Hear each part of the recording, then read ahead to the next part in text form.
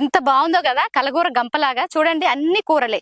ఇదేమేమి ఉన్నాయి, కొత్తిమీర, తోటకూర, పాలకూర, ఇంకా మన దగ్గర పుదీనా, చుక్క కూర, బచ్చల కూర అన్ని ఉన్నాయి. చూడండి, అంటే ఒక రైతుకు మాత్రమే ఇంత అదృష్టం కలుగుతుంది. ఎందుకంటే ఫ్రెష్ గా ఇలా తెంపుకొని అలా వండుకొని తినడానికి.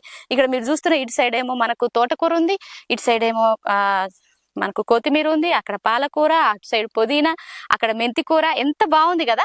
చూడండి ఎంత ఫ్రెష్ గా, ఇంత అదృష్టం. అందరూ కూడా ఇలాంటి ఆకుకూరలు మీరు మీ బాల్కనీలో అంటే వ్యవసాయం చేసే వాళ్ళకే అదృష్టం కాదు, వ్యవసాయం చేయని వాళ్ళకు, సిటీలో ఉన్న వాళ్ళకు టెర్రస్ గార్డెన్ ఉంది లేదా చిన్న బాల్కనీ ఉన్నా కానీ చిన్న చిన్న టబ్బులు తీసుకొని చూడండి ఎంత ఫ్రెష్ గా ఎంత బాగా వస్తున్నాయో. మట్టి బాగుంటే, మట్టి బాగుండాలి, విత్తనాలు వేసుకొని దాని మీద ఒకసారి ఫెయిల్ అయినా మళ్ళీ మళ్ళీ వేస్తూనే ఉండాలి. ఎంత బాగుంటుంది తెలుసా. ఇంత ఫ్రెష్ తింటే మీకు అసలు నిజంగా తిన్న ఫీలింగ్ వస్తుంది. ఎన్నో సంవత్సరాల తర్వాత నిజంగా ఆకుకూరలు తిన్న ఫీలింగ్. ఎందుకంటే ఇది మా కస్టమర్ ఫస్ట్ టైం తిన్నప్పుడు మావి చెప్పేటువంటి మాటలు.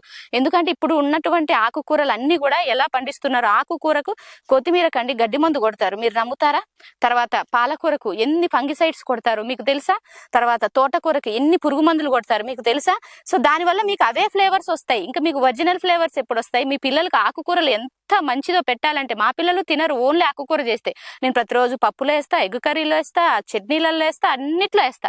ఈ విధంగా మనం పండించుకొని మన పిల్లలకు మనము తిన్నట్లయితే ఎంతో హెల్దీగా ఉండొచ్చు. ఫ్రెష్ ఆకుకూరలు ఆరోగ్యానికి ఎంతో మంచిది. Thank you.